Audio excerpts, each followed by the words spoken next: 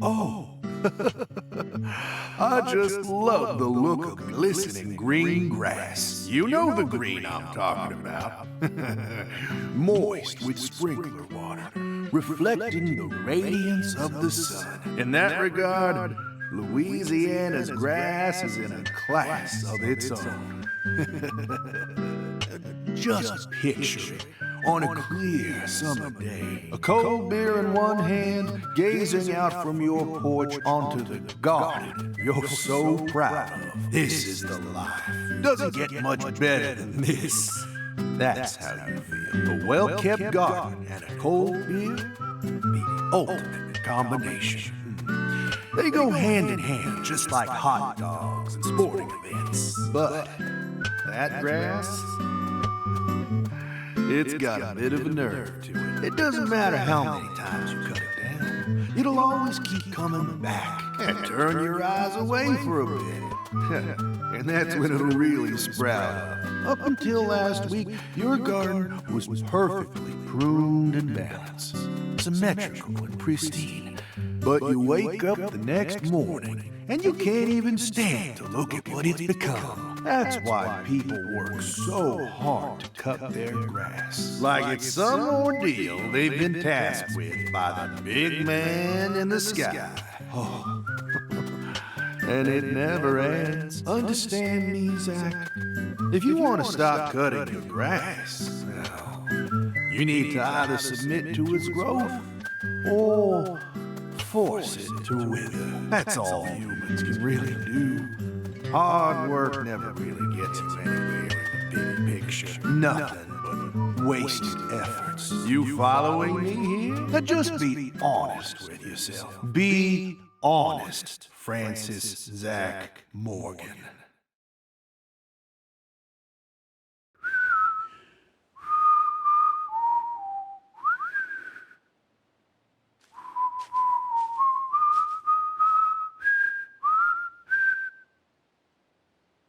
Oh, howdy, Zach. So we meet again.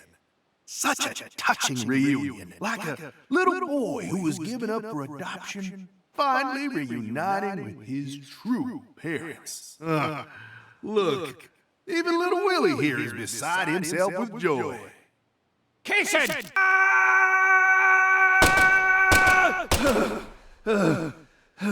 Oh, dear. Damn it! I'm gonna kill you!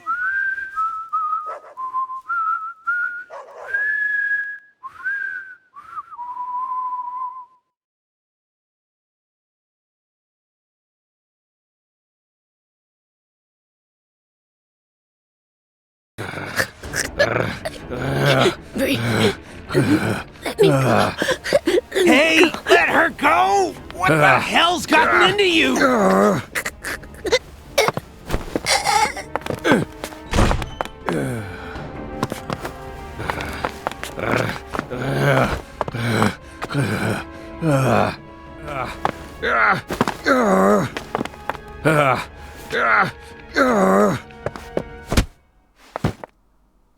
Jeez, are you okay?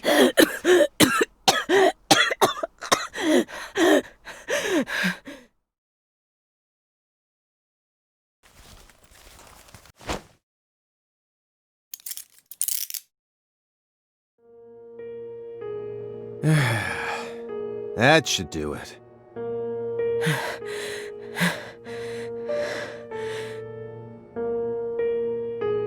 Well, no turning back now.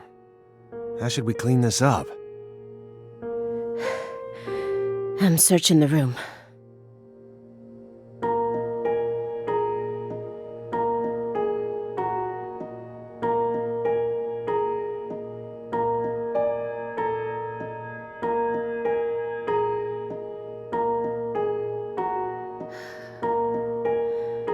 This room is pure insanity. But I can't let it shake me. Why did you come here, Aaliyah? Remember the real reason you decided to investigate Morgan's house in the first place. We came here to find a missing girl.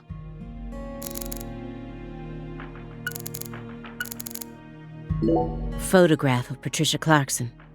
I thought she was imprisoned right here in this room, but there was no one here. Where could she be then? Come on, Agent Jones. I know you're hiding something. What are you talking about? You've been watching him for 4.5 years, haven't you?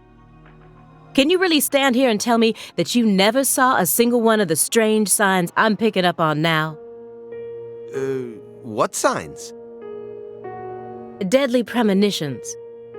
Preparations for kidnapping or terrorist activities. Sexual depravity, violent tendencies, self-mutilation. Or even just contacting a specific person periodically. Nope, nada. He doesn't fit any of that. You think I'd really ignore something that obvious? I may be a schlub, but I'm still an FBI agent. Then why didn't you do anything about this room? Or did you merely choose to ignore his abnormal proclivities? You want to know what I did? I did my damn job. End of story. I was outside the entire time. How do you expect me to notice a room like this from out there? It's as simple as that. At least it was, until you dragged me into this whole mess. Don't blame me just because your big investigation ended up leading nowhere. Then tell me the truth. After seeing this room, can you really say that man is in his right mind? He kept this room a total secret from you for over 4.5 years. No normal human is capable of such a feat. Only a true genius. Or a... Can you really guarantee that he won't try anything if we just let him go here? Well, Then you need to help me. Find some sort of evidence that we can use to make him reveal what he's plotting. Okay.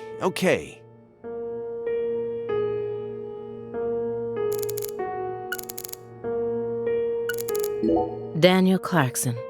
The file said his only real talent was his ability to pick up women. But when I spoke with him in the warehouse, he seemed dignified, like a truly accomplished man. Marrying into the Clarkson family must have put him through a lot.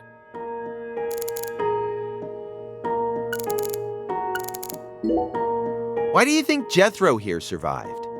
Why? I mean, doesn't he look like the kind of guy who'd die first in a horror movie? He married into the Clarkson family. He didn't possess Clarkson blood, so he had nothing to do with Helena Doman's plan. The blood purge thing? But if that was all there was to it, then Helena Doman wouldn't have killed anyone but Clarksons, right? Yet a ton of the Clarkson gang members died, along with Sheriff Woods. Doesn't add up. She did whatever it took to achieve her goals. She'd kill if the plan required it. But killing people outside of the Clarkson family was never a priority. Her ultimate goal was to cut off the Clarkson bloodline. Maybe he was always meant to be an assistant to the goddess of fertility. What, like a servant? He was the kind of person who was most in his element when he had someone to serve. Even afterwards, he let Patricia take over the estate. As soon as he settled into his role, the townspeople started to respect him. Now they practically revere him, and he's even earned himself a nickname, One-Armed Danny. So you think his life played out exactly the way Professor R planned it to go? Talk about tragic.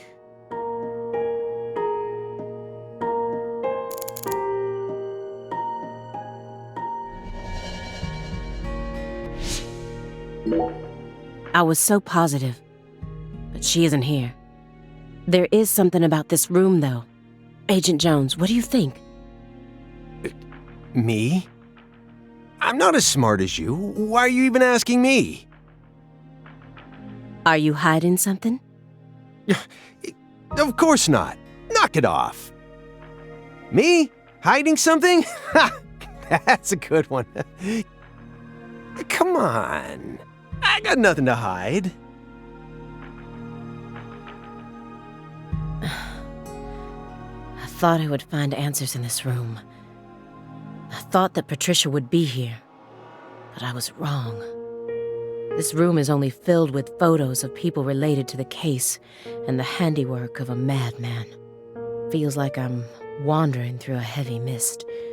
Why is Morgan showcasing those women's photos? And that bed. Is this supposed to be the altar from the site where Lise Clarkson's body was found? Why would he want to replicate that inside of his own home? There's no way this man is sane.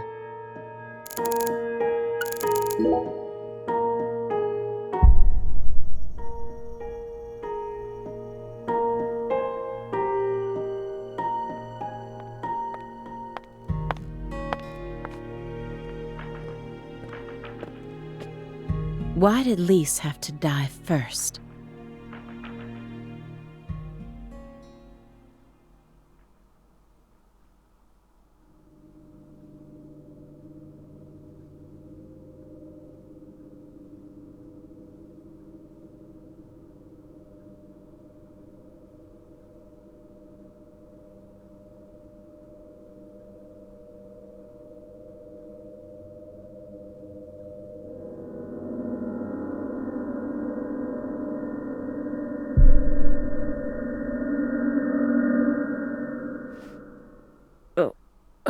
What is this? Oh, you gotta be kidding me.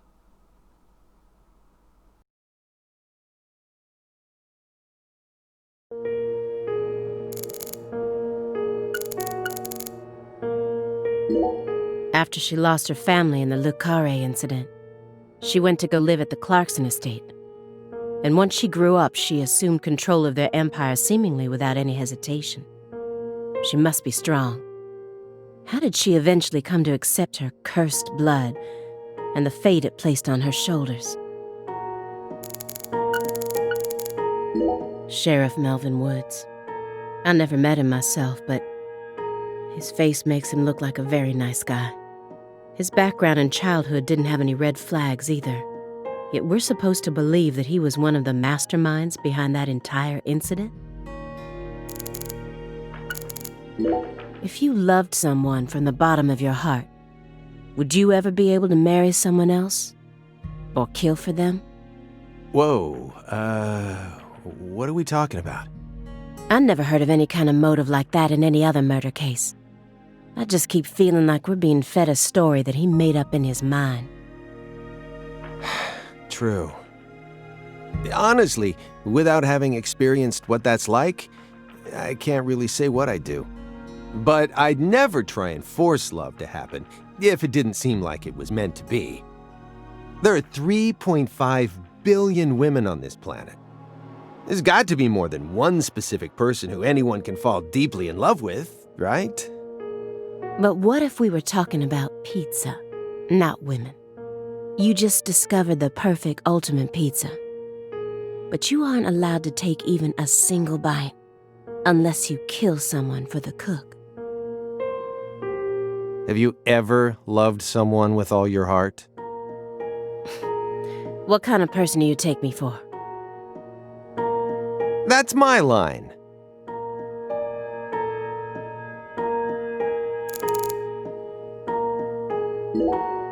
The one who took her in after the incident was Daniel Clarkson, the next in line to succeed the Clarkson family. He's the one that ended up raising her from that point onwards. Isn't fate strange? In the end, two people who were completely unrelated by blood ended up inheriting that house. Yeah, you're right. But sometimes I wonder, what is family anyway? Go back far enough, we're all strangers to one another. We're talking countless generations, marriages and birth, you know. Humans love to deify the rules they create. It's almost like that's been an unwritten law from the very start. This room paints such a bizarre picture. But upon closer look, I can see some strange sort of pattern to it all. Was Morgan trying to recreate something with all this? If so, there must be a reason for all of these weird and hideous things. Rope tied around a lighting fixture. What could it mean?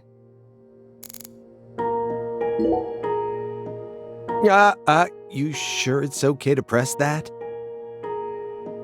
Won't know until we try.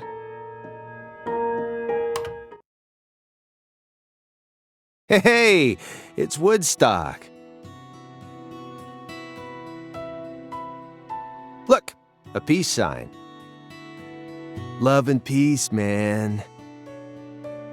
Even I can figure out what this is from. It's Jimi Hendrix, Janis Joplin, Grateful Dead, and Led Zeppelin. But I shouldn't have to explain it to a music nut like you, right? That isn't a peace mark. It's upside down. You don't need to be a music nut to see that.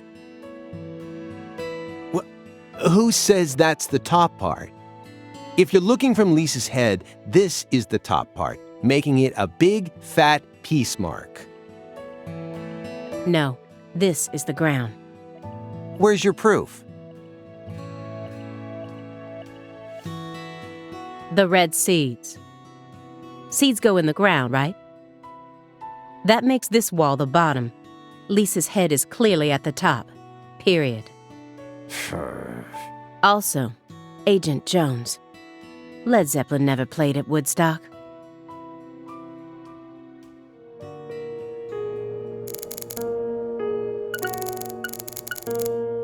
When Helena Doman attacked the estate, he just happened to be somewhere else.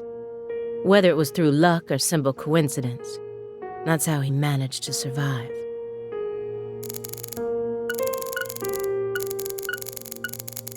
When Helena Doman returned home, someone must have let her inside. You think that was her brother-in-law, Daniel? I don't know. Well, alligators did chomp his arm off. He probably had it in for old man PJ too. But, you know, I don't think he had anything to do with this. Why not? You're making it out to be more complicated than it really is. That's always the problem with people like you. Too smart for your own good. Just get to the point. Professor R marched straight through the front door to the mansion. She arrived right at her destination using the quickest route possible without having to undergo a single security check. I know. My question is, how was she able to do that? Because she's family. It doesn't matter if PJ disowned her. He never stopped loving his son. A father would never abandon his child, no matter how much they failed to fulfill his expectations. That's what being a parent is all about. Don't look at me like that. I know, I don't have a son myself, but I have a father. He's still back in my hometown, managing the printing plant my grandfather started. He'll be turning 80 soon. He wanted me to take over the place, but as you can see, I'm out here. But I know how this whole thing works. Even though I haven't seen him in forever, the minute I go home, he'll welcome me with warm, open arms.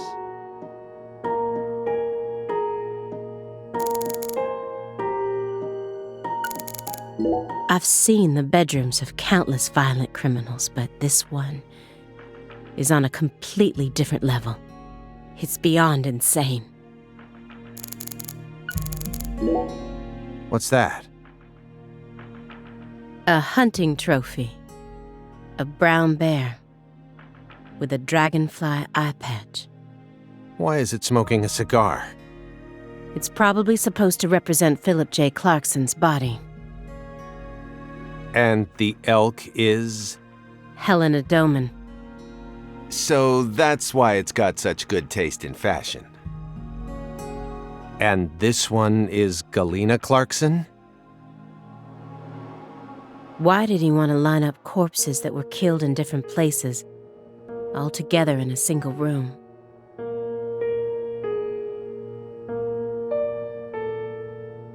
Red seeds? He's representing a human with a hunting trophy made from an animal. I feel like I'm looking at a piece of modern art done in really bad taste.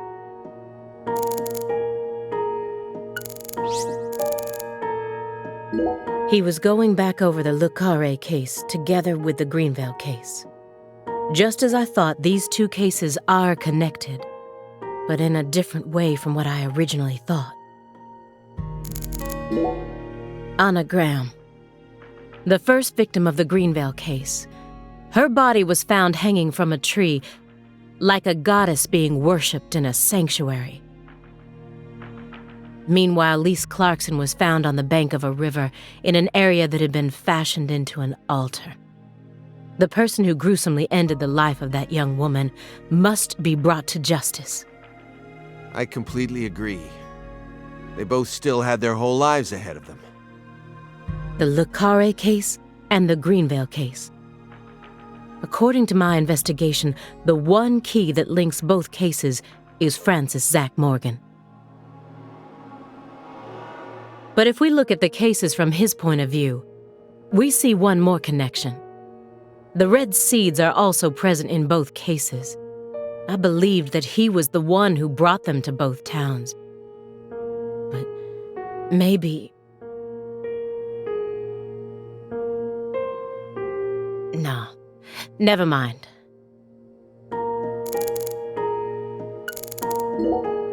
He was taught how to rule as a child, never confided in anyone, and married for purely political reasons. Then he prospered so much that he became powerful enough to rule an entire town on his own. But in the end, his own child betrayed him and ended his entire clan in a series of violent deaths. If that was your life, how would you look back on it? Yeah, beats me. I wasn't born into a rich family, nor was I ever taught how to rule. And for what it's worth, I've also never knocked up a young ex-actress. But I guess the one thing we can say is that any good life needs balance. Get too hung up on one thing and you lose sight of everything else. And if you betray someone, you'll get betrayed too. Someone thinks they can step all over people and then live out the rest of their life in peace. They're fooling themselves. We always get to see how those people end up in our line of work. In the end, they die horrible deaths. That is why pizza is the only thing I trust. Pizza never betrays you.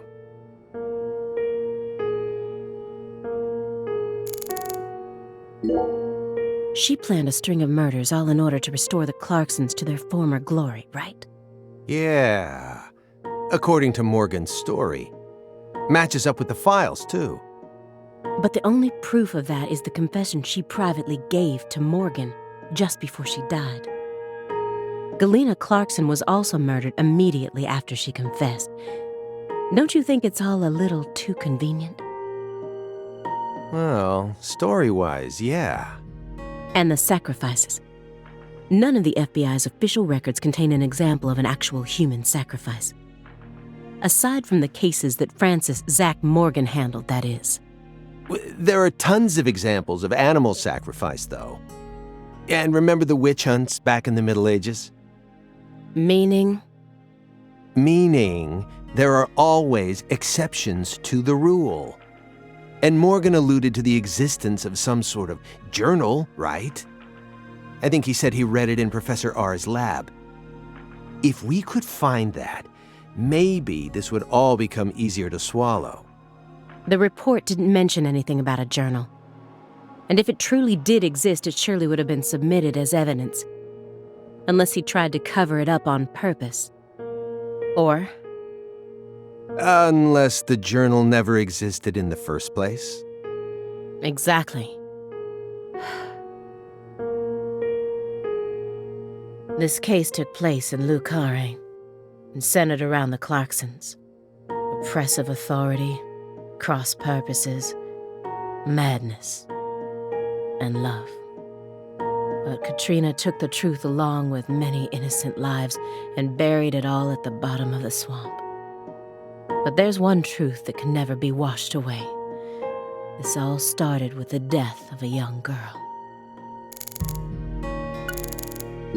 the 16-year-old girl who was murdered in Carre in 2005. After that, she remained frozen for 14 years, waiting for someone to discover her. I was the one who found her, which means I have a duty to lay her soul to rest. A woman so beautiful she felt like she could make it as an actress in Hollywood. And this is how she ended up. Sometimes it seems like God abandoned us humans a long time ago. I feel it more and more with each new case. Galena Clarkson went to California to become an actress. But things never took off for her, so she eventually returned home. Then she murdered her own daughter and ended up like this. Where did she go wrong? She did manage to appear in a few movies, right? Not as any characters with actual names, and never with much clothes on. So that's the only value they saw in her, huh? Sorry, that was insensitive. It's an everyday occurrence in that world. She was also bullied a lot. Bullied? How? They'd cut up her costumes, her scripts, and even her own clothes. Everywhere she went. Then, after 3 years of that, her stylist chopped off a chunk of her hair. By accident. Are you kidding me? I did a little investigating on this. In the end, a self-titled big cheese producer tricked her. She almost ended up going into porn. Not hard to imagine what would have happened after that. One witness said that after returning to Carre, she refused to use scissors to cut anything.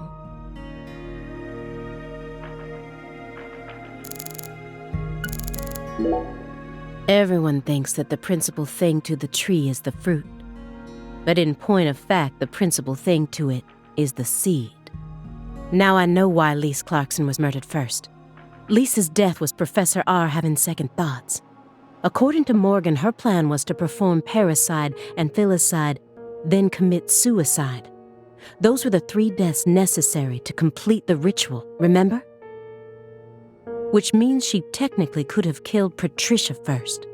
That would have been the best way to delay any interference from the Clarksons themselves.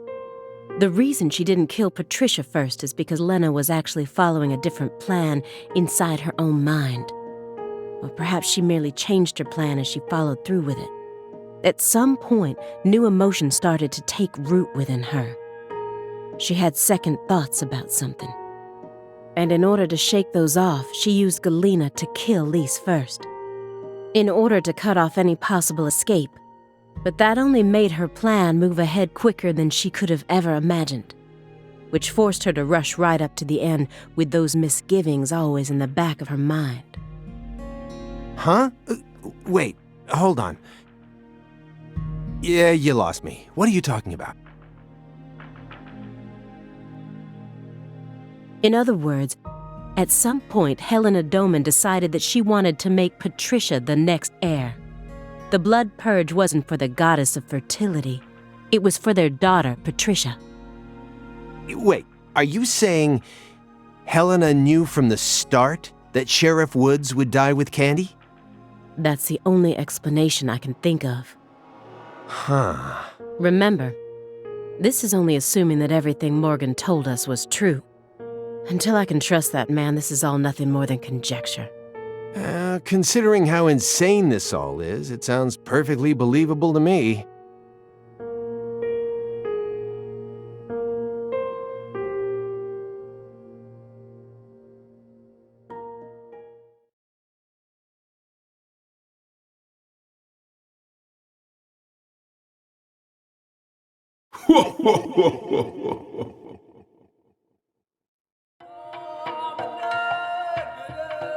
Francis Zach Morgan. Remember me? Oh, cat got your tongue. Understood. You know why I'm here, don't you? Surely you must know what this means. To commemorate our reunion, allow me to give you another oracle. The contract, once signed, will last for eternity, but only in the presence of true love. Did you hear that? Good.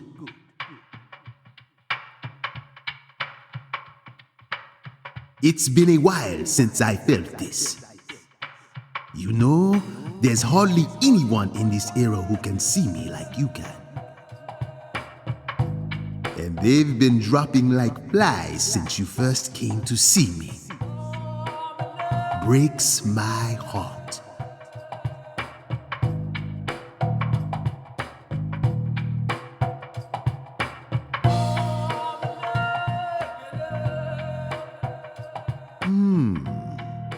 We don't have much time. Do you have any questions for me?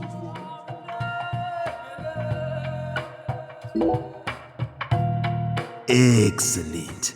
You pass. You haven't changed, Francis Zach Morgan. But that question isn't for me to answer. Go and see it with your own eyes. Oh, time's up. We'll have to finish this during our next reunion.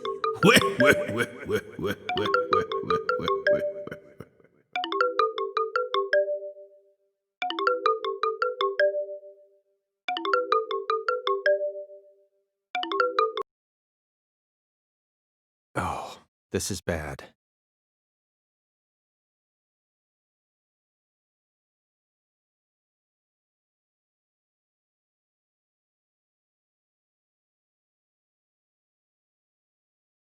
Agent Jones, what is this referring to?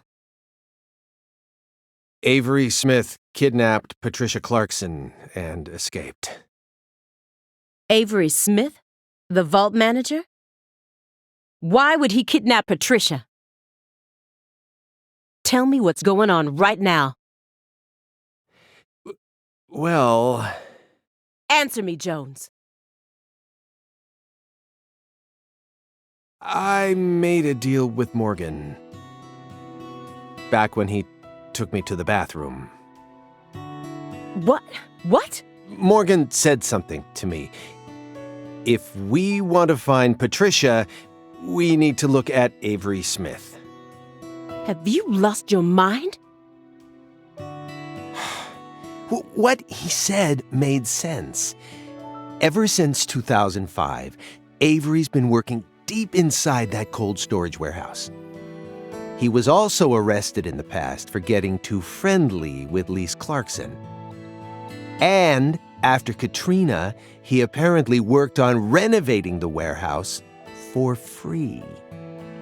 What if that allowed him to freely modify the warehouse as he pleased?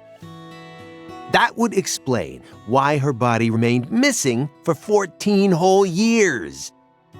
And then I did a little check and found out that he never went back to work after Christmas vacation ended. So what? Why would you trust him? I don't. I just decided it was worth investigating, that's all. So, I sent 2 agents to Avery's house without telling anyone. I just called in a favor from an old friend in the New Orleans branch. No one gave you clearance for that. You think you can just... But what if Morgan's telling the truth? If he is, we're both gonna look like total clowns. Clowns who went barging into a former agent's house on completely unfounded suspicions. HQ will have a field day with us. They'll string us up as the 2 dumbest agents to have ever graced the field. I just wanted to take some precautions. And besides, if he is lying, it's still no skin off our backs.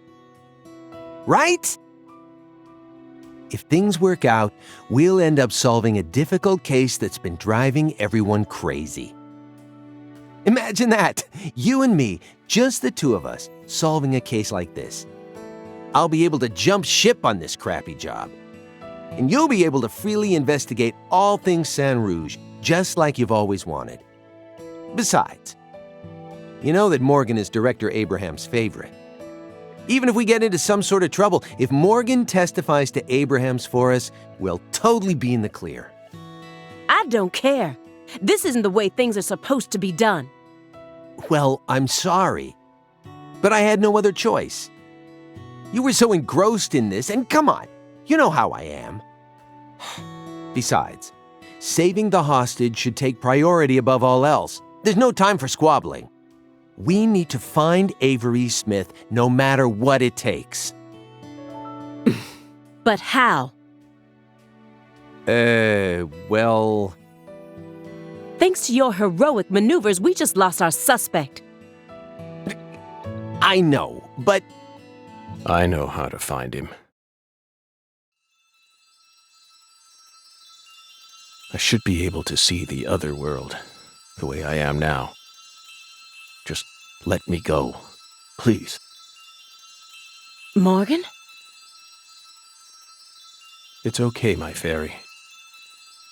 I know I can convince them.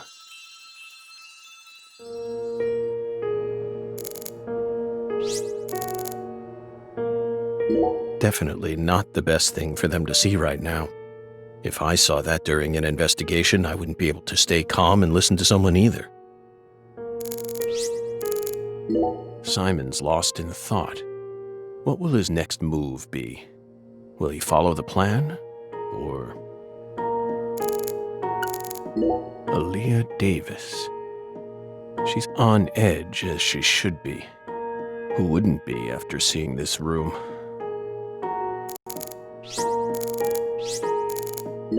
I don't have much time left. I'm pretty sure that's why I can see the other world now. I'd lost that sense ever since the Greenvale incident, but it's back now. Please, will you just trust me? Come on, Simon. You'll trust me, won't you? What? No, Agent Jones. Remember the warning I gave you at the very beginning? You can't let him take control of the conversation. Yeah, I know. I know. Please, Aaliyah Davis, let me go. This is our case to finish. No, you aren't an agent anymore. But you don't know how to find him. Neither of you ever could. Oh, I'll find him. I swear on my pride as an active agent that I won't give up until I do. That won't get you anywhere. It's beyond you. Shut up! You think we can't find him, but you can. Just how stupid do you think we are? If you want us to believe you, then it's about time you showed us some proof.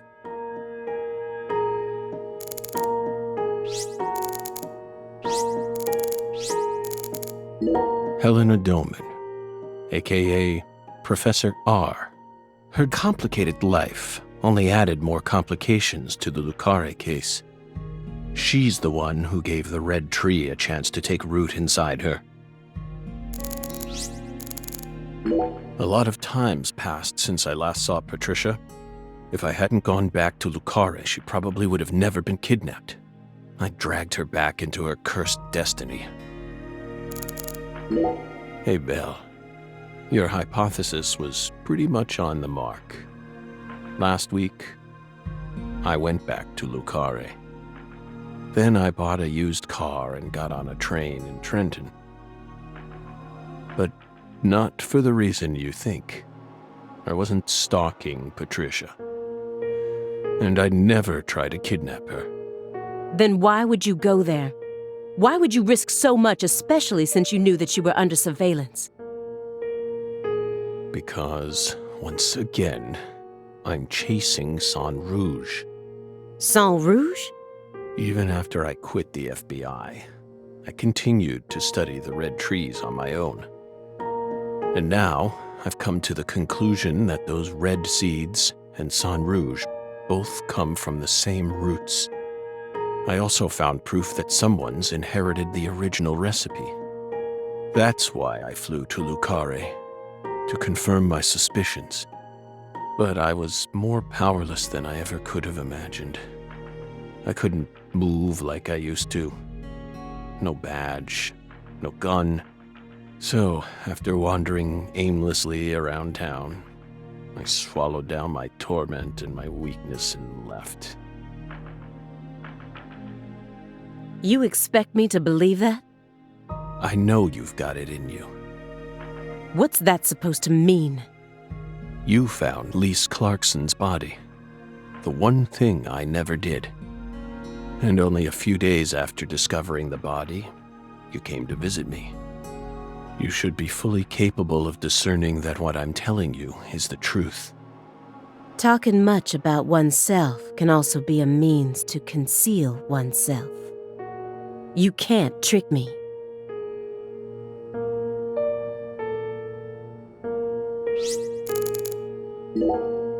You said that she was the mastermind behind the tragedies in Lucare. That her convictions about the Clarkson bloodline are what started it all.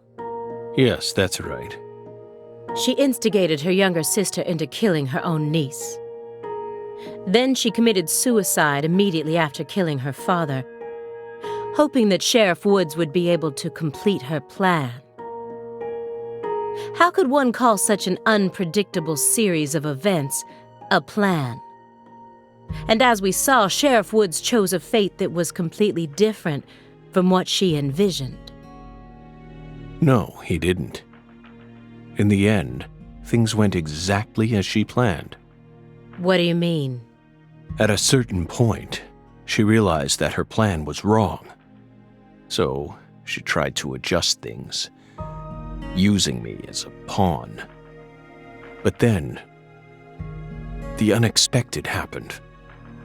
She and I both underestimated what Avery was capable of. That's why I'm here right now trying to convince you, in order to save Patricia's life. If your story is true, then why did Avery Smith kidnap Patricia? Patricia resembles Lise. I even got them confused once. And Lise reported being stalked by a 10-foot man. That's Avery Smith? Exactly. But he's only 6'7" at best. His physical characteristics don't match the person you're talking about. I once concluded the very same thing. But now I know. That was definitely Avery. He protected Lisa's body for the past 14 years. Until you discovered his sleeping beauty. So after losing Lisa's body, he kidnapped Patricia as a replacement? That's ridiculous. Is that really what you think happened? Even if Avery did possess that sort of mentality, it doesn't make sense. If Lise was really that important to him, he would have tried to steal her back. Not now, maybe, but certainly after she was buried. Would you be able to go on worshipping a goddess who had been defiled by so many hands? That ice was a barrier, a shield that separated the divine from our world.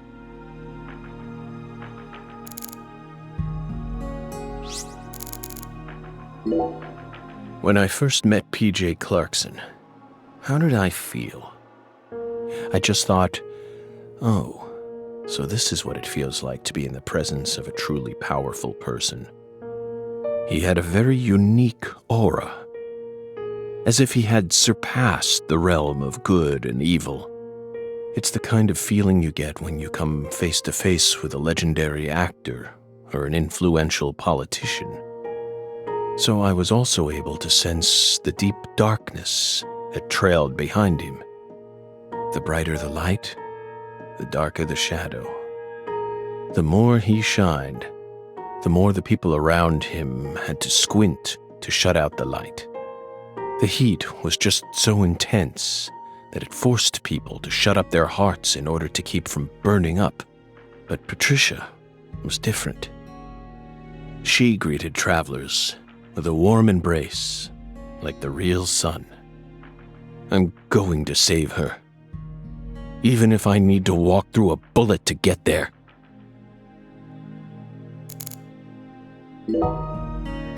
You said that someone inherited the Sang Rouge recipe, didn't you? Is that someone Avery Smith? It has to be. Avery used to help Professor R do research in secret. What? Well, that wasn't in the report. I only realized it just now, the moment I spilled my coffee on the floor. Avery revealed that he was helping with some sort of research. But at the time, I let his confession go in one ear and out the other. Now that I look back on it, I realize it was solid proof that he was helping her produce Sang Rouge. What makes you think that? He had free access to the deepest parts of the cold storage warehouse. Oh. Wait. Meaning... Sang Rouge needs to be produced in an extremely cold environment. Exactly. Aaliyah Davis. You already considered this possibility, didn't you? That's why you investigated the cold storage warehouse as soon as you got to Carre, in order to locate where Sang Rouge was being made. Then, you came across Lisa's body by pure chance.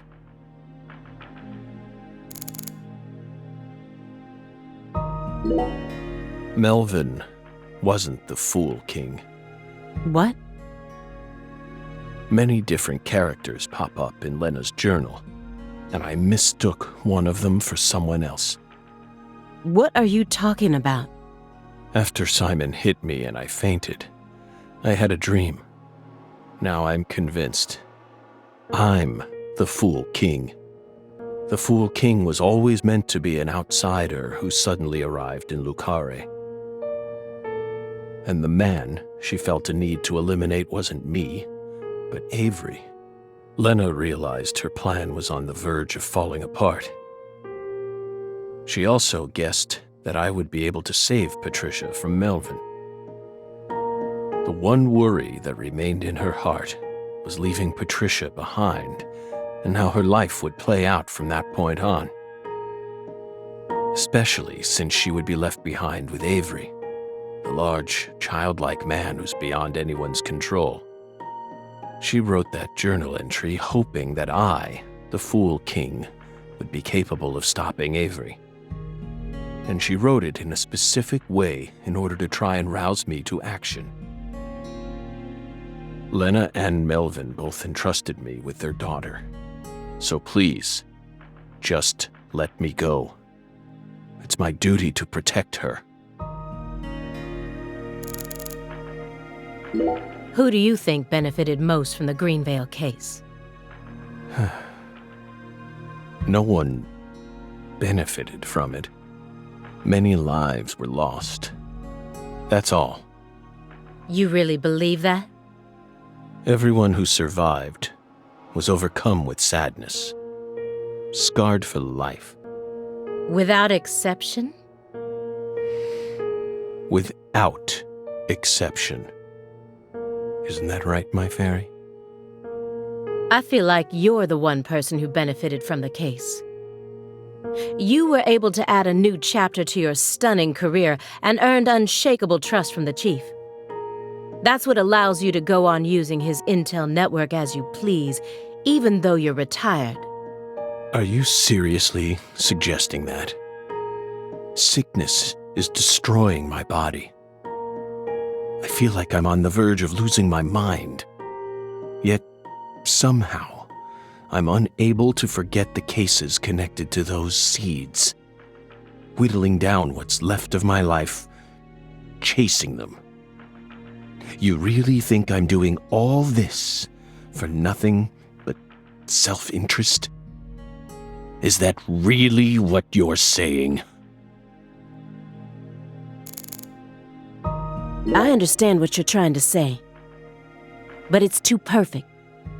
It's too perfect, just like that report of yours.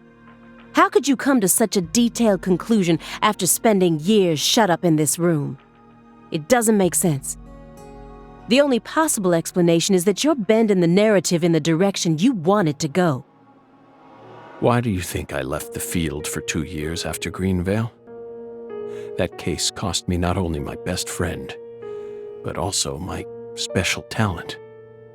I never thought I'd lose something like that. But ever since then, I've been unable to solve cases using that method. Metaphysical offender profiling. I tried everything I could think of to regain my lost talent, but it never came back to me. That's why I quit working for the FBI. And without anywhere else to go, I simply spent my days seeking truth, searching for an answer I'd never find. So time continued to cruelly pass me by, until finally a disease started eating away at my body. I thought it was all over for me. But about half a year ago, I finally reached my conclusion. Everything started with the red seeds. He and I encountered these seeds long before we reached Greenvale. Under the seething, mind-melting sun of Louisiana. Then, for some reason, in the beginning of December, I finally regained my talent.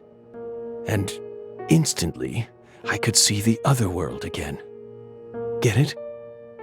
Through allowing the cancer cells to ravage my body, I regained the power to travel to the other side. This is the only answer, Aaliyah Davis. Truth is a surprise, born from coincidence and an unknown power.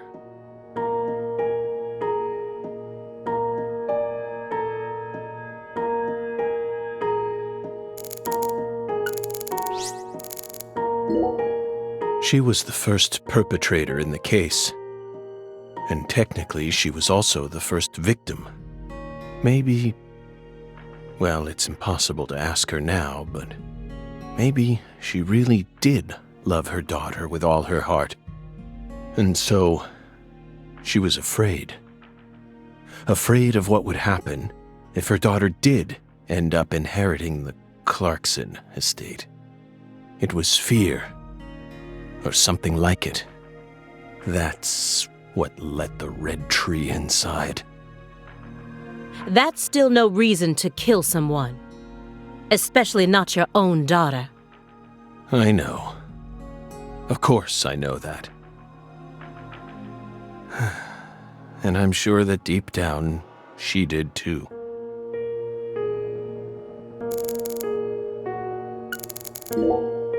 I made a promise with Melvin. He entrusted me with Patricia, all he had left. But immediately after you solved the case, you sent her to the Clarksons and left town. Isn't that right? You let go of her a long time ago. So you have no right to step back into the picture now. That was the wrong thing to do. I was young, but now I have the chance to right my wrong. You can't be serious. You can barely stand up. Hey, Aaliyah. I know, Agent Jones. I know I'm stepping over the line here. I just want to make it clear that we can't trust a word of what he says.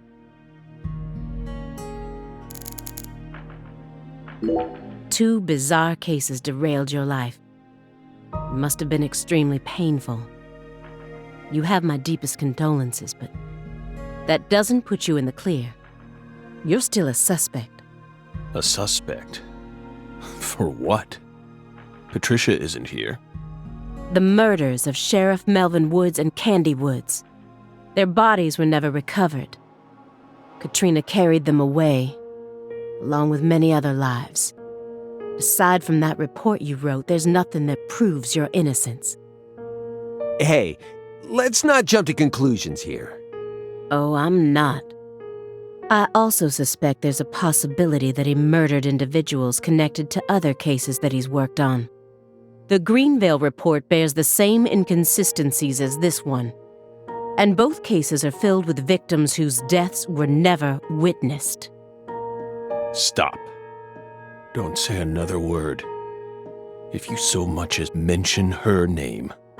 If I mention it, then what? You will pay.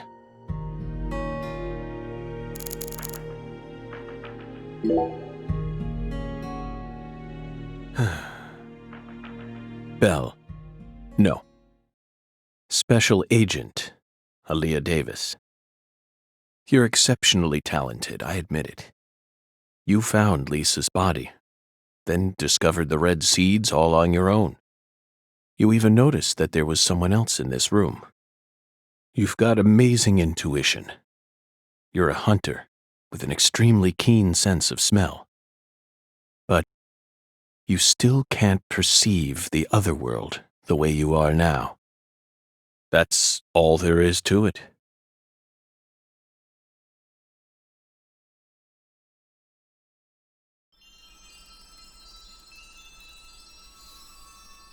Simon, look inside that trash can. Huh? The trash can? It's right behind you. Then you'll know for sure that I'm telling the truth.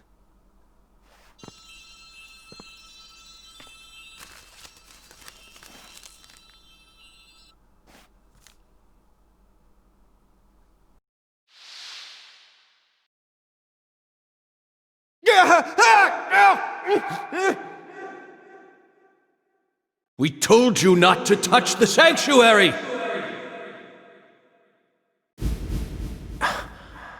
What is this?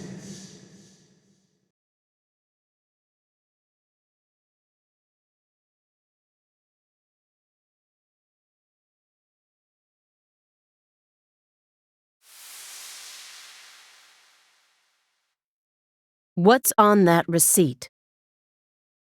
What is it, Agent Jones? F.K. Oh, holy crap. Huh.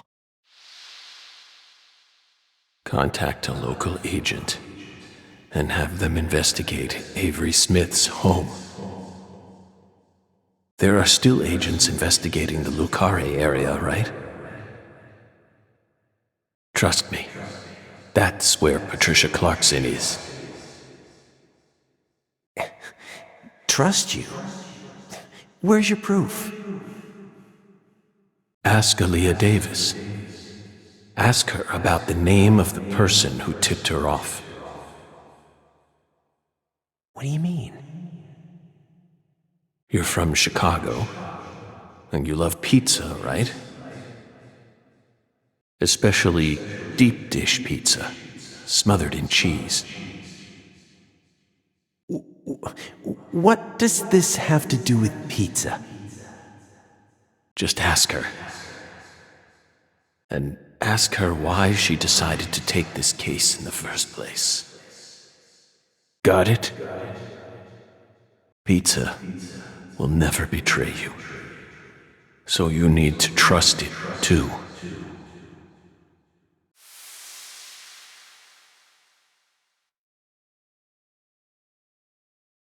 But how could you have known that I would come here with her? I didn't. I just bet on you. God damn it. Hey! Tell me what's going on right now, Agent Jones. Thank you, my fairy. Carre Case, Simon. Let me go. Don't worry. Just trust in the pizza. I'm the anonymous tipper. F.K.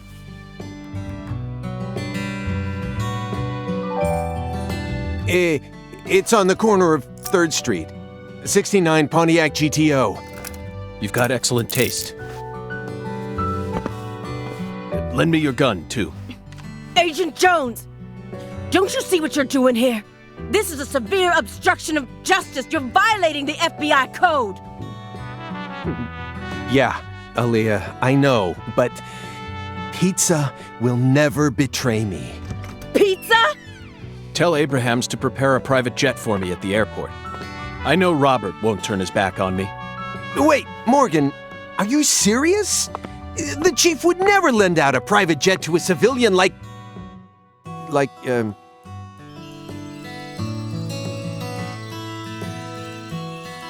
I have to leave you for a bit, my fairy. They'll be fine. They'll figure it all out.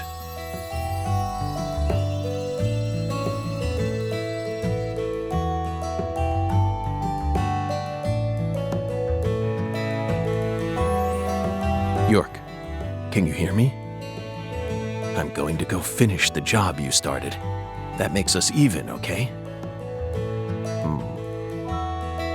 York, she really is a genius agent. She's probably going to end up being an even better agent than we were. She just needs more experience under her belt.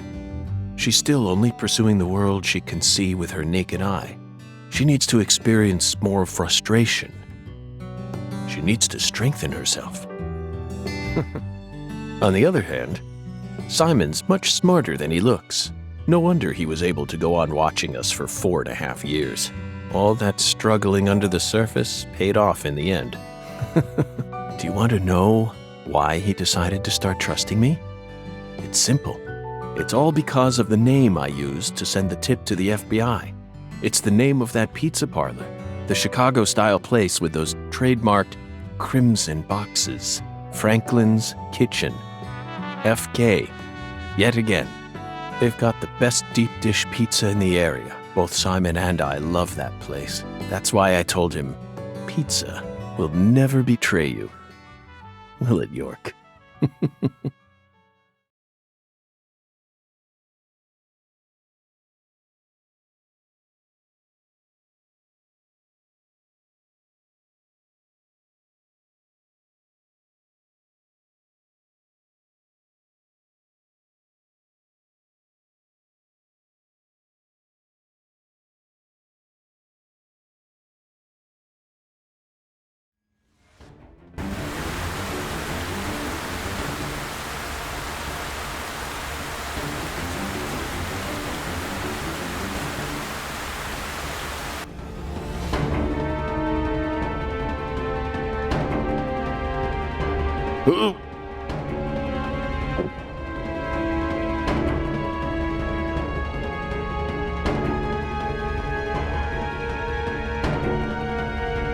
York, it's almost time.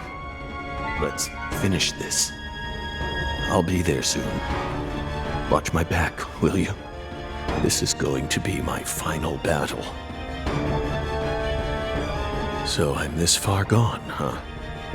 But unlike 14 years ago, I feel more at home in this world now.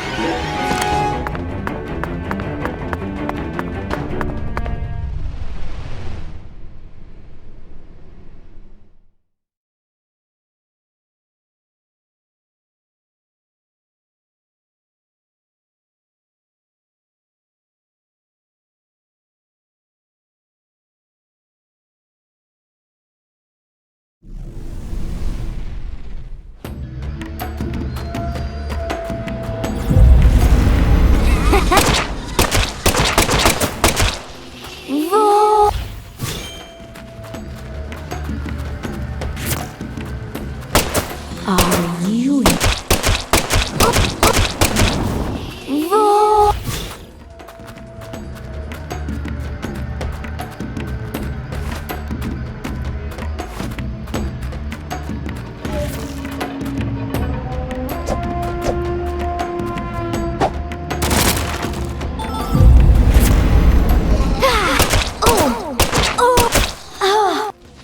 Are you in pain? Oh!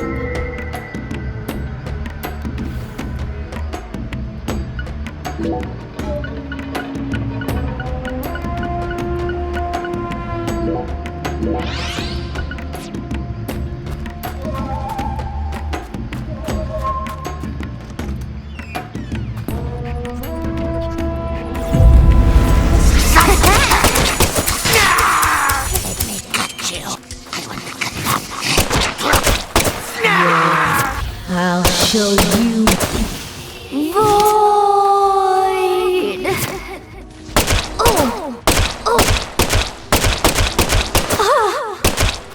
Void.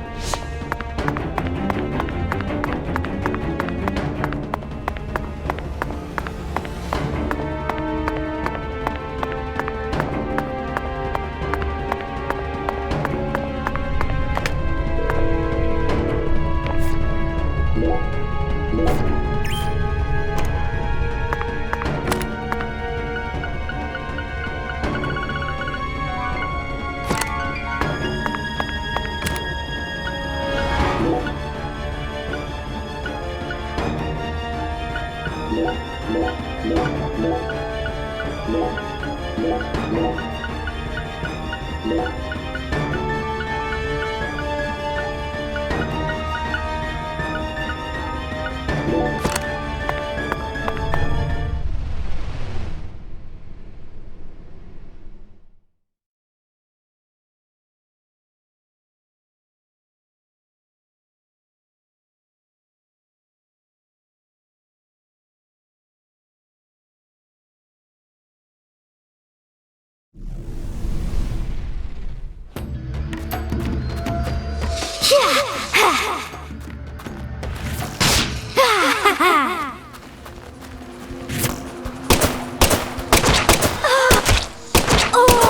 you in pain?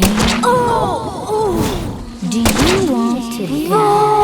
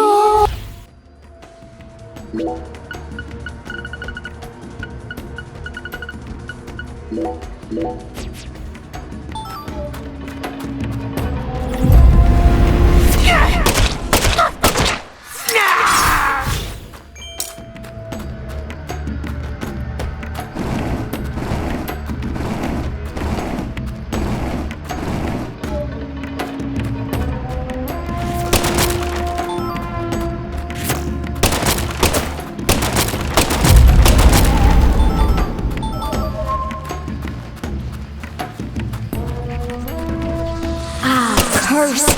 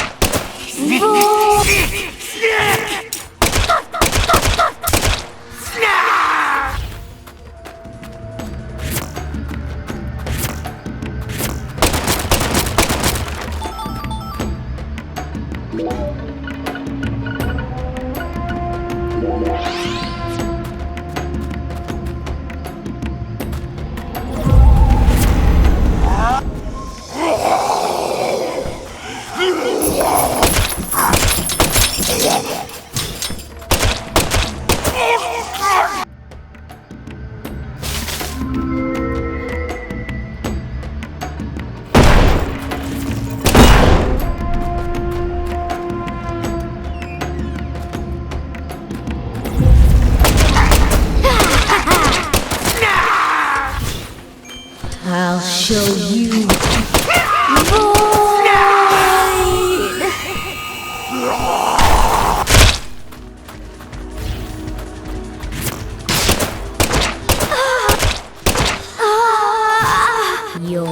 are you?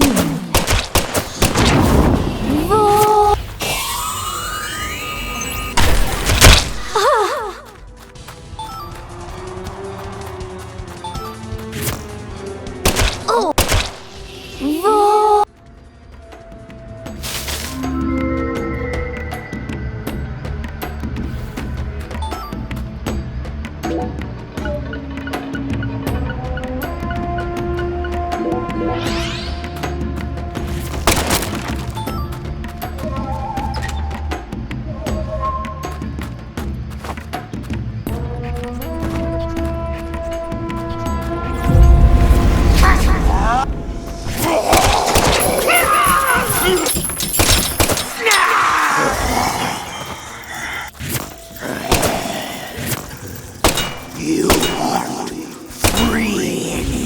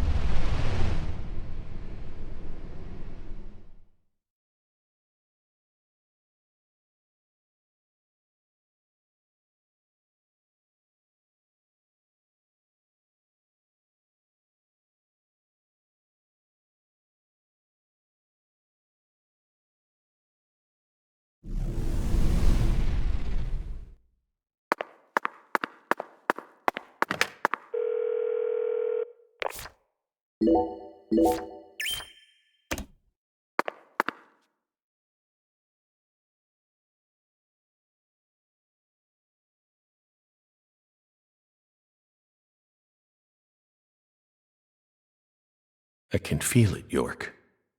There's something in this room. What do you say we gather up some puzzle pieces for old time's sake?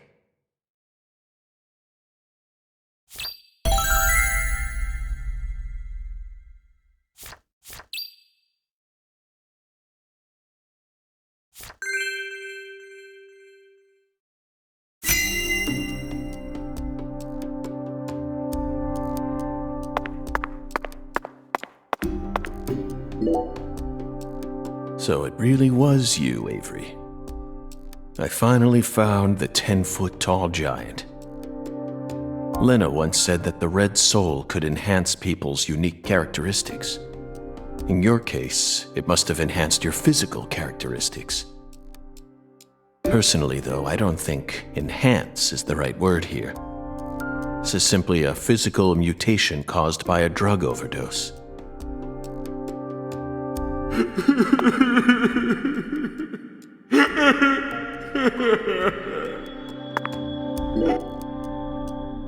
An artificial heart-lung machine. And this tank's filled with some sort of liquid. If it isn't frozen at this temperature, it must be a non-freezing liquid. What was he using this for? It couldn't be cryonics. Did he replace Lisa's bodily fluids with this stuff? That's absolutely insane.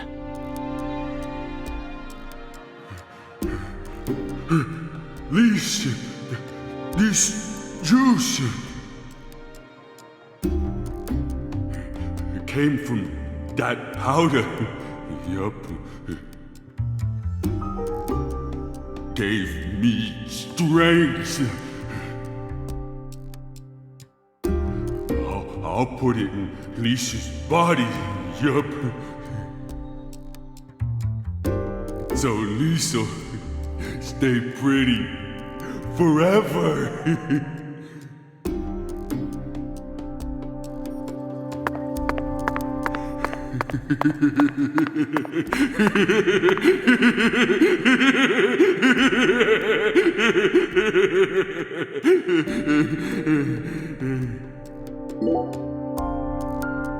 Lise Clarkson, the first victim of the Carre case. I never thought she'd remain trapped in ice for 14 whole years. Hey, York, why didn't we work harder to find her? I regret it from the bottom of my heart now.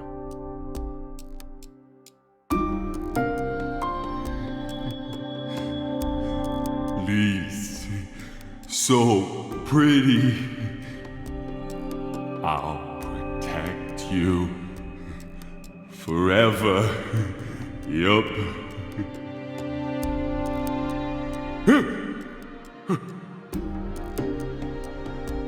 Lise smiled. She's smiling at me. Yup.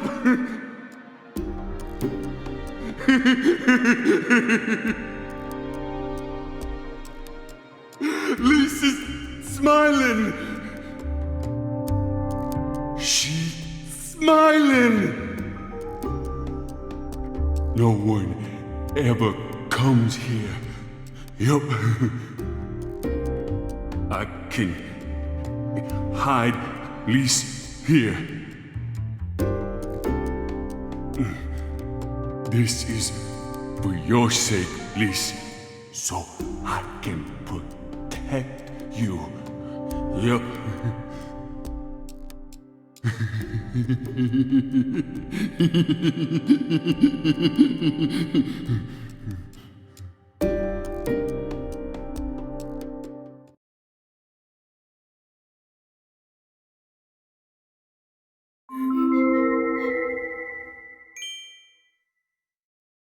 Avery trapped Lise here in that massive block of ice. He made his own personal altar that no one would ever find. And that liquid must be the solution that Sang Rouge is made from. He used that to keep her body from decomposing.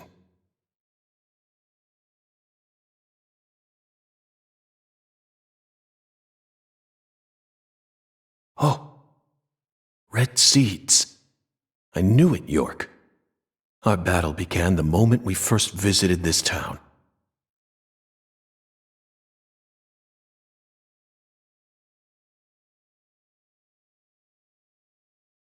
A trail of seeds.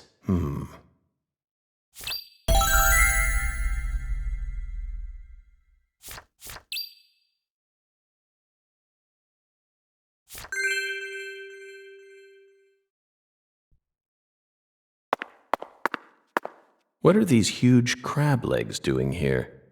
Or are they shrimp legs? Not that it matters. We need to find Patricia. The Holy Trinity paste. Somehow this lone box is completely undamaged. Is there divine power at play here? Somehow I doubt it. I've had enough of those fairy tales. The seeds lead this way. This is where the final secret is hidden. Yeah, I know, York. Aaliyah and Simon would never be able to reach the other world through their mundane investigation. That's why we need to close this case. He's got a strong grip. Strong enough to crush a steel door. This must be the entrance to the Smarty Pants scientist's lab.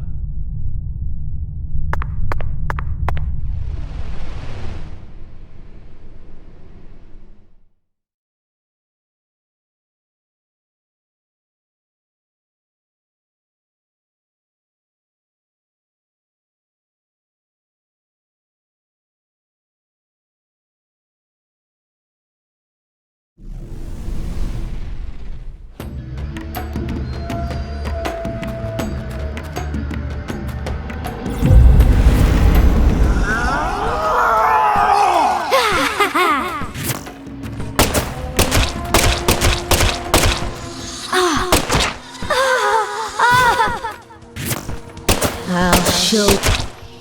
Roar!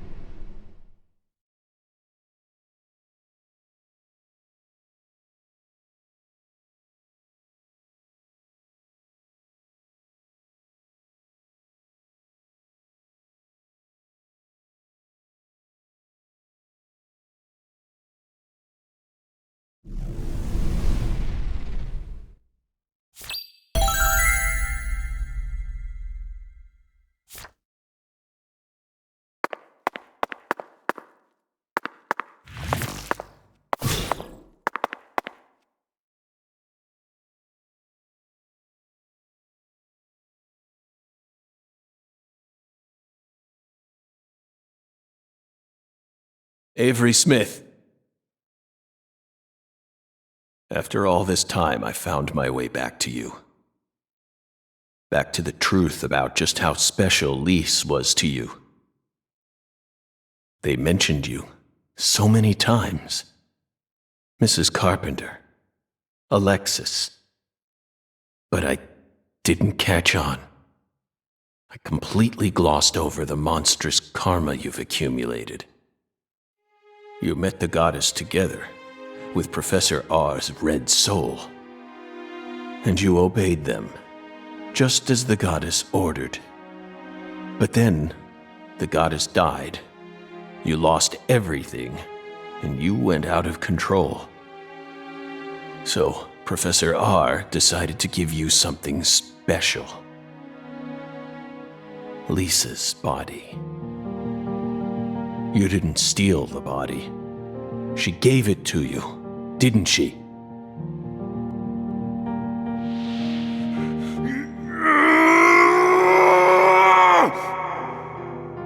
They stole Lise, my goddess!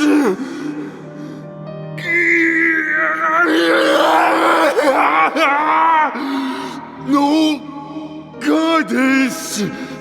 No Lise! So sad!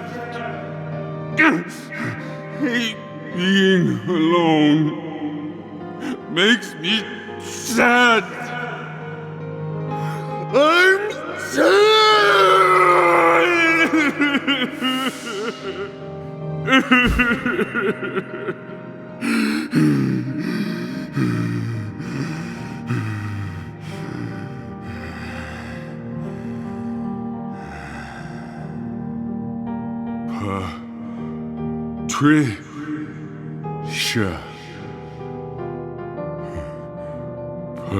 Patricia. Yup. I still got Patricia. Lise and Patricia. So alike. I ain't alone. Yup. The goddess is still with me.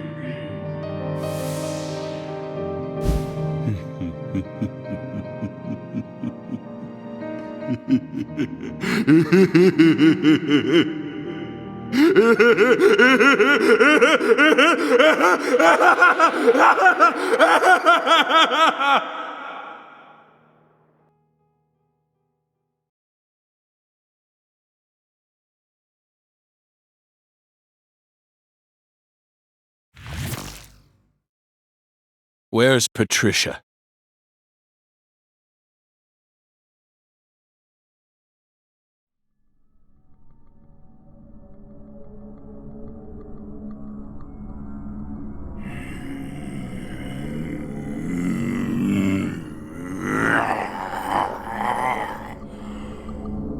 It's not too late for you, Avery. Turn yourself in. Stop now, and I'll even testify for you.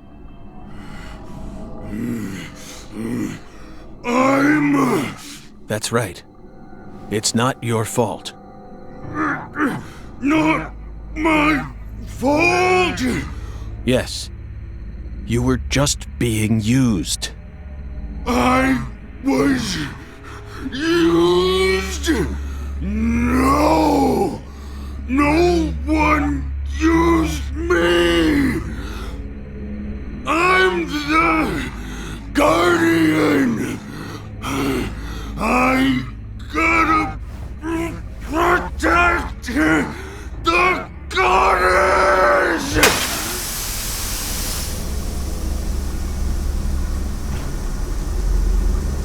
She's mine!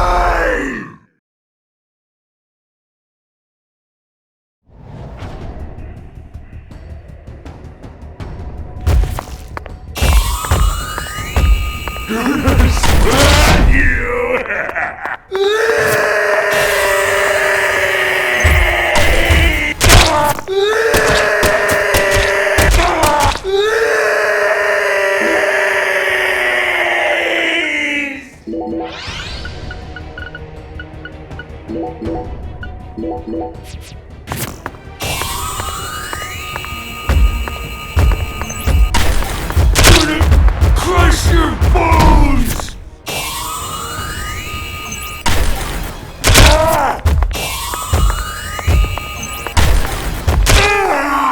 Patricia's my new goddess! My new lease! You're weak! I'm strong!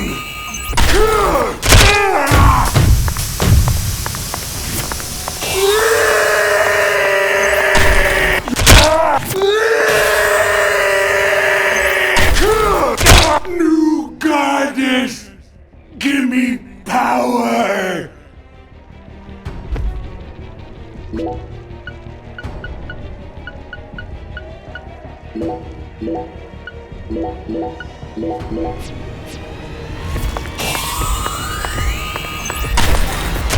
I got it least! But what happened? I'm not a smarty pants, so I don't know.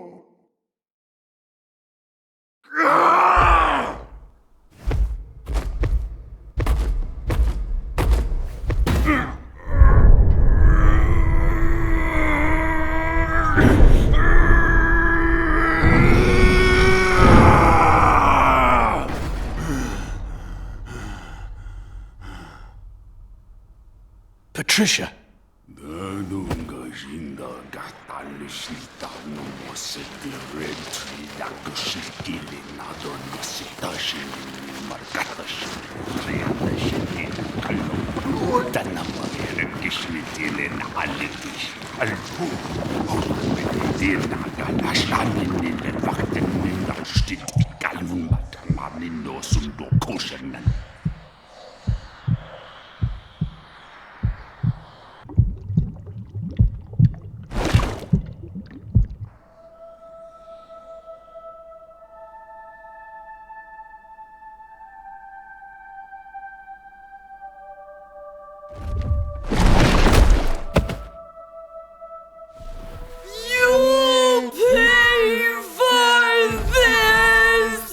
Avery.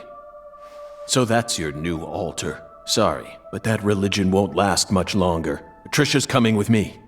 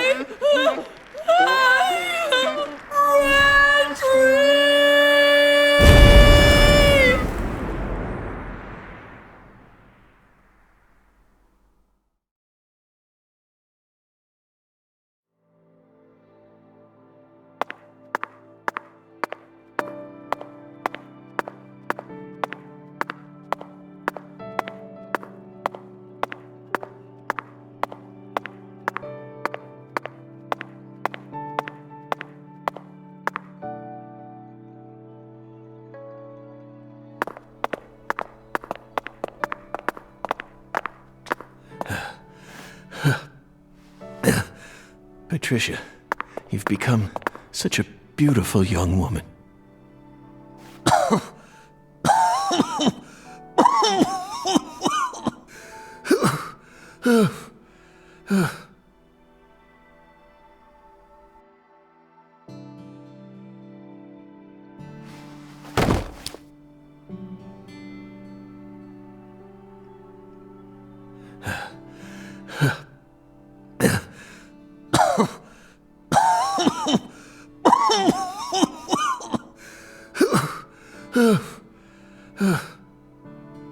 Why are you here?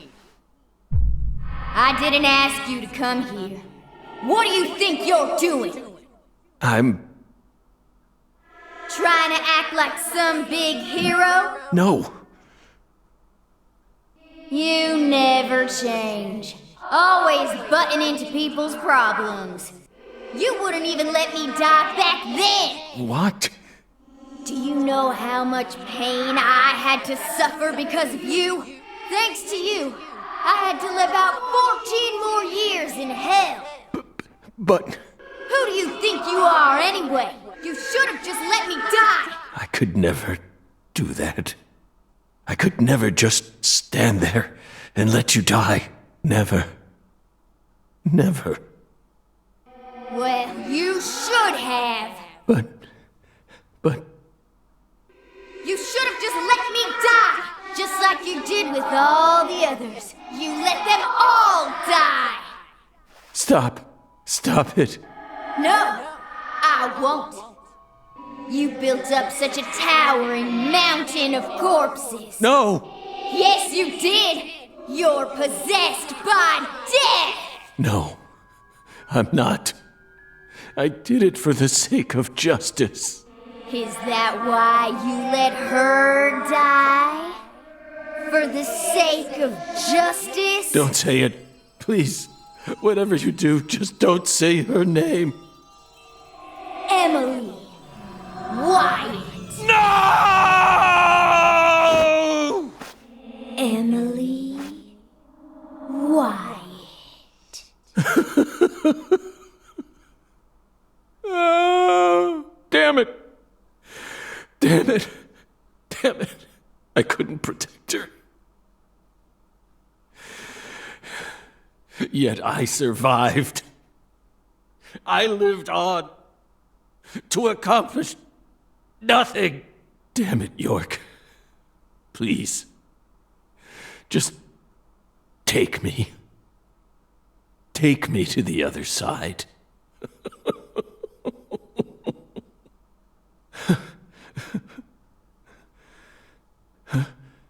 York? No, it's me, Zach. Kaysen. Oh, don't give me that look, Zach.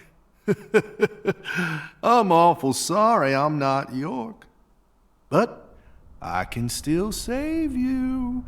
I could even take you over to the other side, if that's what you really want. Come on, give me your hand, old buddy. I'll lead you to where you need to go. Just like a lighthouse that guides ships through the dark, abyssal night.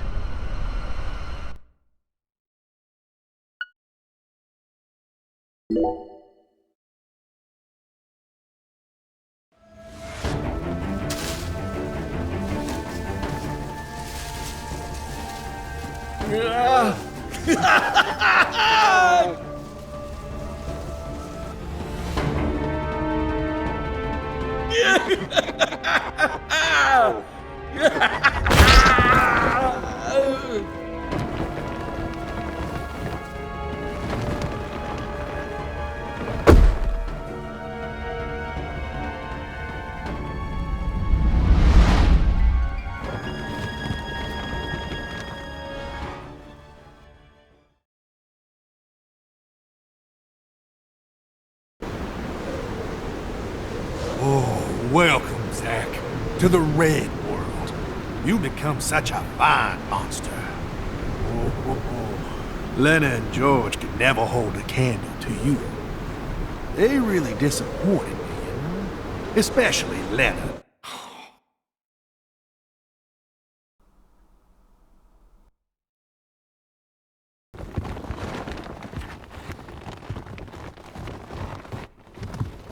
Stop right there!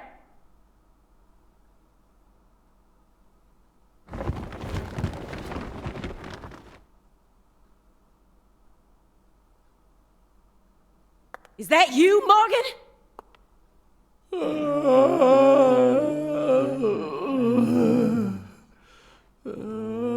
Don't move another muscle! Francis Zack Morgan, your story, your reasoning, I accept most of it. So just put your hands down and give it up. I'll take it from here. Yeah. Oh. Hey. She ain't half bad.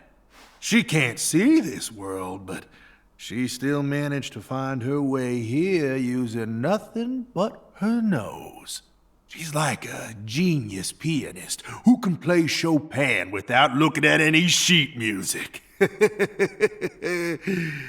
She's got potential. Isn't that right, Zack? Ooh, I just got a nugget of an idea. I know the perfect way to use her.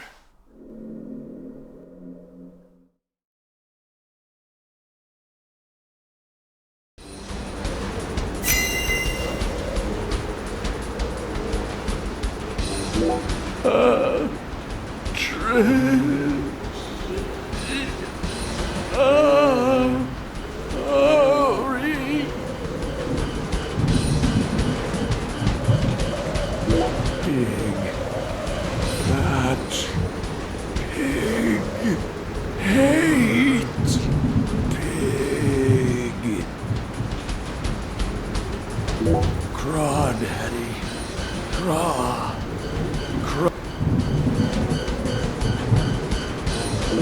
So, no.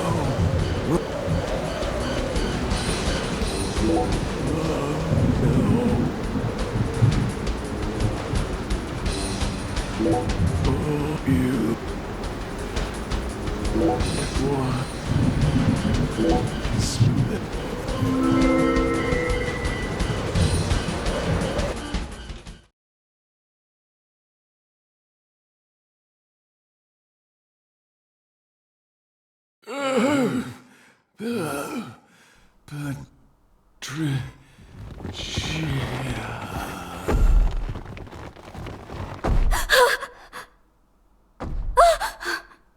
Stop! Get away from her! No!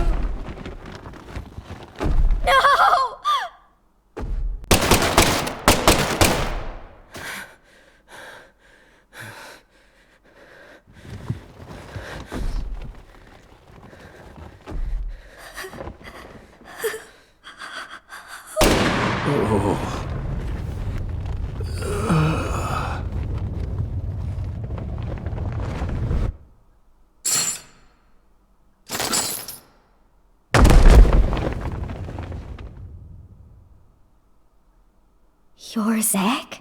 Special Agent Zack?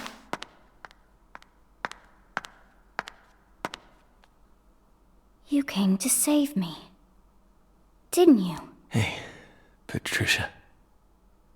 You've grown so much.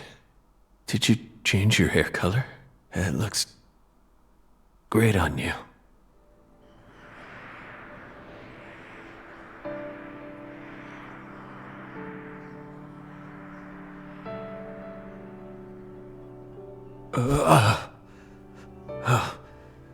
Good. Good. Looks like I made it. Zach! Trisha. I don't have much time left. I'm just glad I got to see how much you've grown before it all ends. What are you saying? Don't be stupid. Don't worry. When I die, so will this tragedy. I always knew it would. He and I are two sides of the same coin. We've always been one in the same. If I disappear, so will he. You don't need to worry. Patricia, you can be happy now. No, you're not allowed to do that. The contract's still in effect. Here, look at this. Was this all a big lie? I promised to protect you from all the evil in our world. You need to uphold the contract. Zach, you saved my life. You're the only reason I'm alive right now. That one time when I wouldn't stop crying, remember what you said?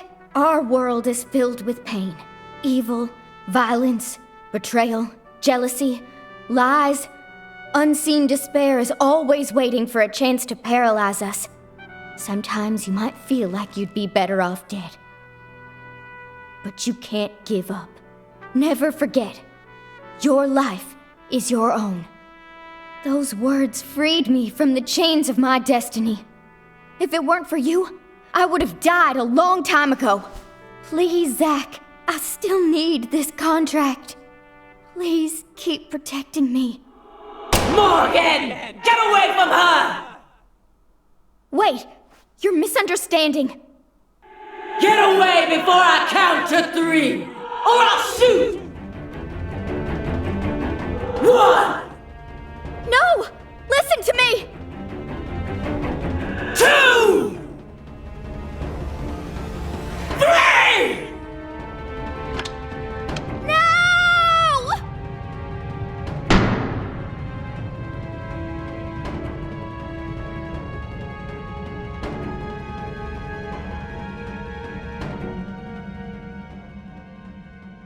Patricia!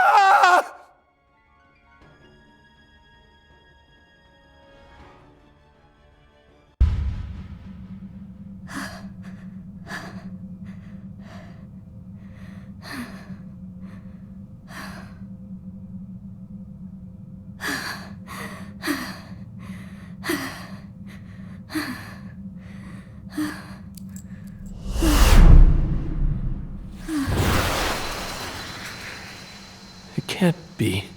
Is this a miracle? Oh, God.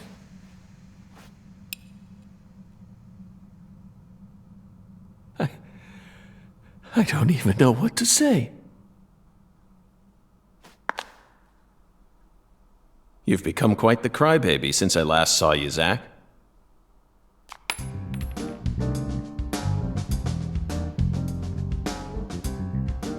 Hi there. Good to see you again, Patty.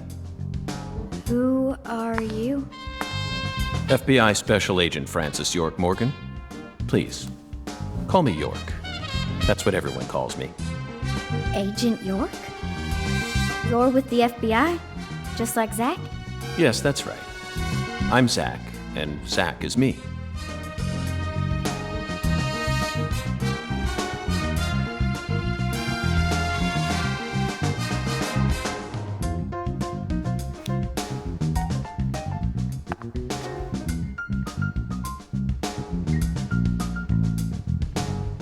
I feel like I've always known about you two. Just what are you? We're your old friends, Patty. Now and forever.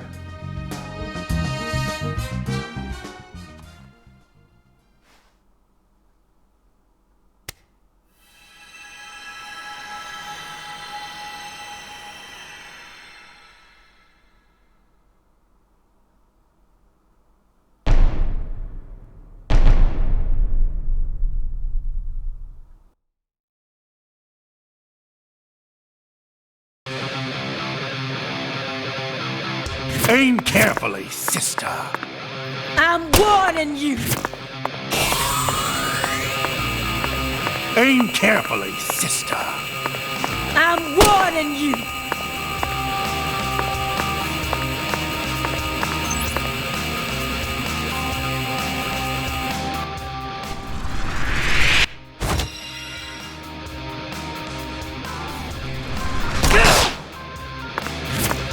Aim carefully, sister. Freeze!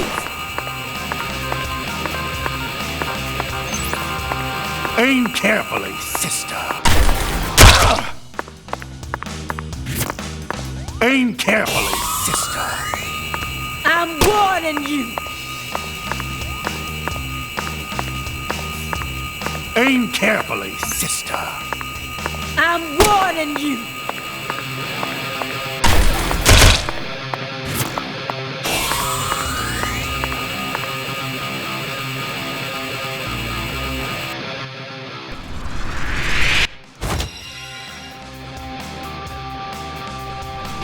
So I'll shoot you! Aim carefully, I'm sister. warning you.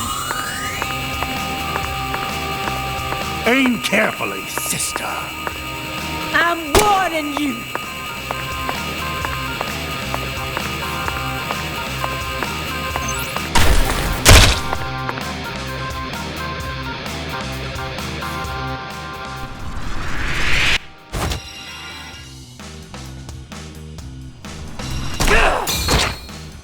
Patricia Clarkson, I'm here to save you. One, two, three!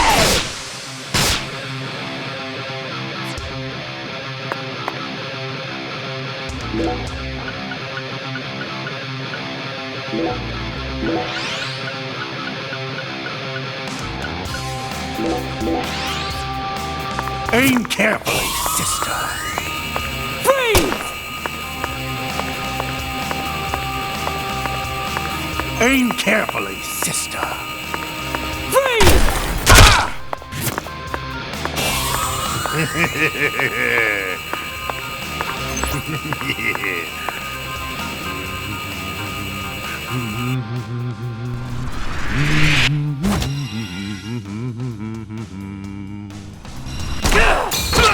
Aim carefully, Freeze!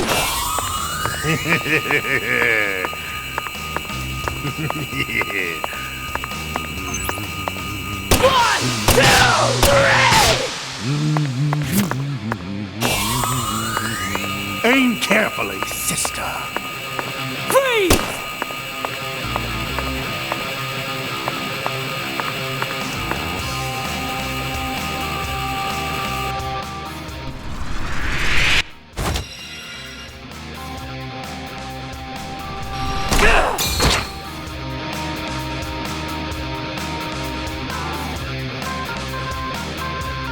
You are a suspect, Morgan.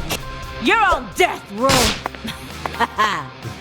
Checkmate, Morgan.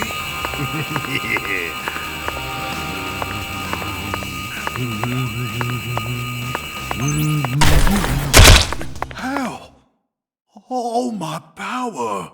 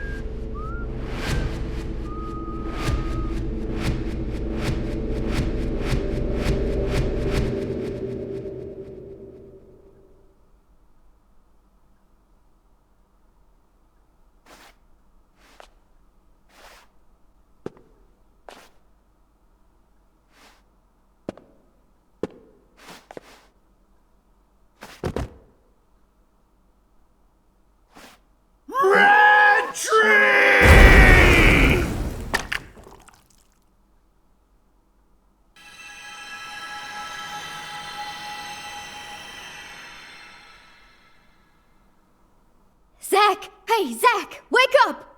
Zach! No! You can't die here. Please, Zach! York, please! Save Zach! I know you can save him! Death is inevitable, Patricia. It descends upon us all equally. All life dies in the end, and no one can change that. But we're finally together again! This isn't fair! Come on! Fulfill the contract! Sorry, but this is an extenuating circumstance. Then sign a new one with me! This contract isn't valid anymore. Now, I'm going to protect you from all the evil in the world, and I plan on keeping my promise. So you're not allowed to die before I do. Go on. Sign the contract! Come on, sign it! Now!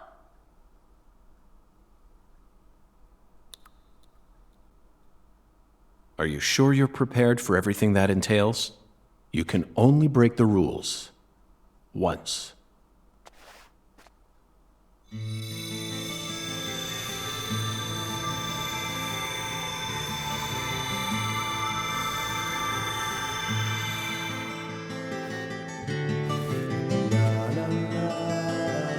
Listen to me, Patricia. When Zach wakes up, I want you to tell him something. This is our final farewell. Thank you so much for all you've done. Over all those years, you never forgot about me, did you? It's been so long since we've seen each other, but I know you always kept me in your heart. That's what kept me alive. I owe it all to you, Zach. Thank you.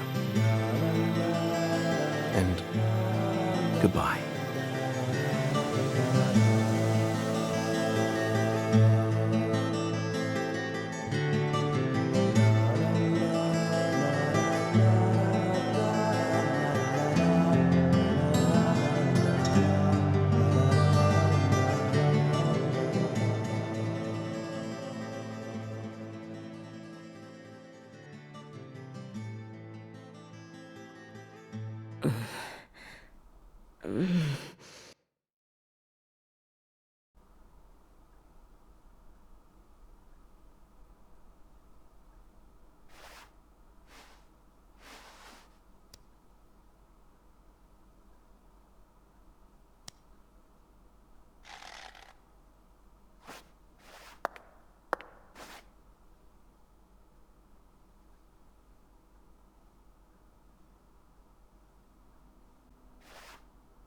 Thank you.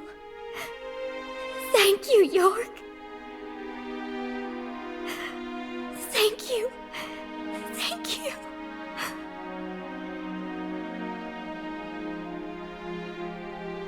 He who fights with monsters should see to it that he himself does not become a monster. And if you gaze long into an abyss, the abyss also gazes into you.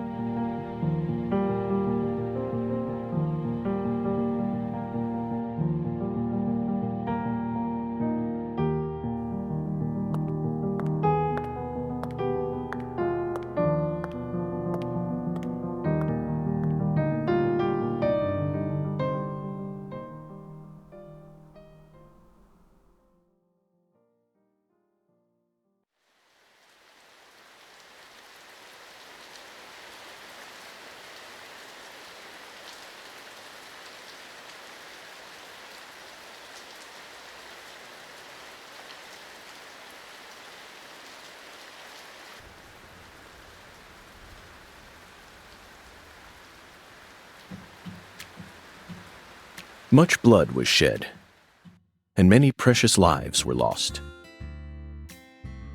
Avery Smith was indicted on 11 charges, including kidnapping Patricia Clarkson, illegally disposing of Lise Clarkson's corpse, and distributing the illegal substance known as Sang Rouge. He's currently serving a term of 381 years at a state prison in Angola, Louisiana. His first possible scheduled review for parole could happen in 127 years at the earliest. Aaliyah Davis's assistance in solving the case was officially acknowledged, and she was transferred to the DC HQ. Thanks to Boston Chief Robert Abraham's support, she was officially allowed to join the Sang Rouge Investigative Task Force. Later, it was reported that her younger brother began to show small signs of recovery from his addiction. Simon Jones was finally freed from his mission to monitor a certain ex-agent and returned to the Boston branch. He was given a brand new computer and put back on data analysis, but never worked another big case. Instead, he spends most of his time at the office doing Sudoku. And so, after 14 long years, the curtain on this gruesome case was finally closed. Carre still suffers from the aftermath of the plan set into motion by Professor R, aka Helena Doman. She was clearly smart enough to restore the Clarksons' empire on her own, yet she never tried to. The true reason behind her tragic downfall remains shrouded in mystery. A person's life can be greatly affected by the tiniest of anomalies, such as buttoning the wrong shirt button. Just like how this genius, who once inspired great expectations, went on to become infamous as one of the South's most inhuman criminals. And now, after a very long time, life is finally starting to return to Carre.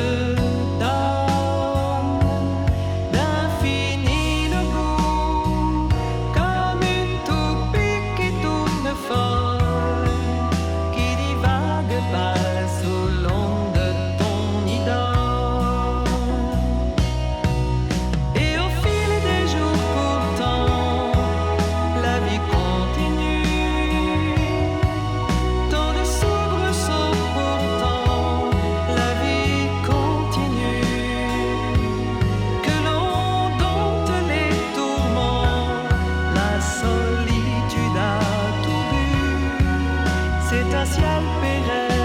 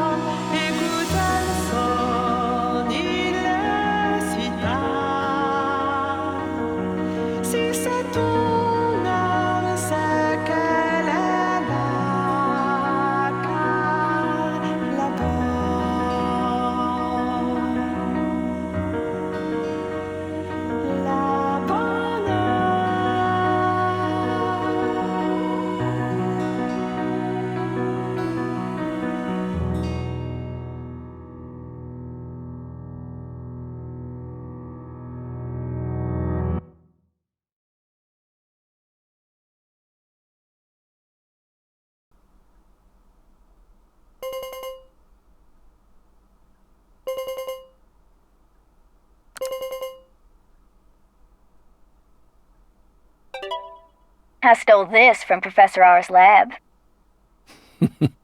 I figured you would. I've read through it dozens of times, but it still doesn't make sense to me. I mean, at some point her plan started to collapse, right? Otherwise, I probably would have been killed early on. But here I am, alive and breathing. And the stalker who harassed me for years has been arrested too. Not only that, but now I have a brand new life waiting for me as heir to the Clarkson Empire. Both Le Carre and the Clarkson's industries are finally showing signs of recovering. It's just hard for me to believe that this all went according to her plan. Yes, I understand how you feel. No matter how you look at it, things couldn't possibly have ended up perfectly in accordance with her plan. How can you be sure of that? You earned a new life for yourself through the effort you put into it. It definitely wasn't something that Lena gave to you. You made this life possible. You didn't do it all on your own, of course. You were only able to come this far thanks to everyone who supported you along the way. Could anyone really believe that Lena was the one who orchestrated all this? There's no way. I'm positive. All the people you've met thus far, and all the things you've experienced, created the person you are now. Lena's just one of those people and nothing more. You really think so? Still, York and I both fell for that message of hers. Maybe her plan really is still moving forward after all. Stop joking around. I'm seriously concerned about this. Sorry, Patty.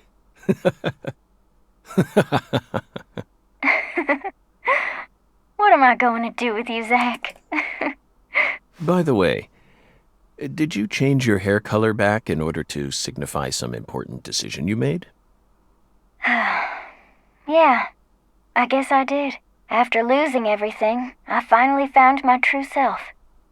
So I've decided to accept everything that comes to me from this point on. I think that color looks great on you. Really? Thanks, Zach. I'll never give up. I'm determined to overcome my cursed blood, whatever it takes. And you will. That's why York chose you to be his assistant, you know. He always knew you had it in you. Wow, he really thought that highly of me? Suddenly I feel really motivated now. This is crazy. I don't even know what I should get started with first. Now that's the Patricia Clarkson I know. Oh, I got it. I want to go and get one of Alexis's chocolate sundaes. Not a bad idea. They are to die for. Yeah, they're like the Deadly Premonition of ice cream.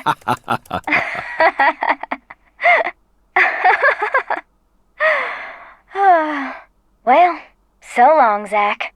I'll come visit you next summer. Louisiana summers are just too hot for me to handle. You're always welcome here. Bye now.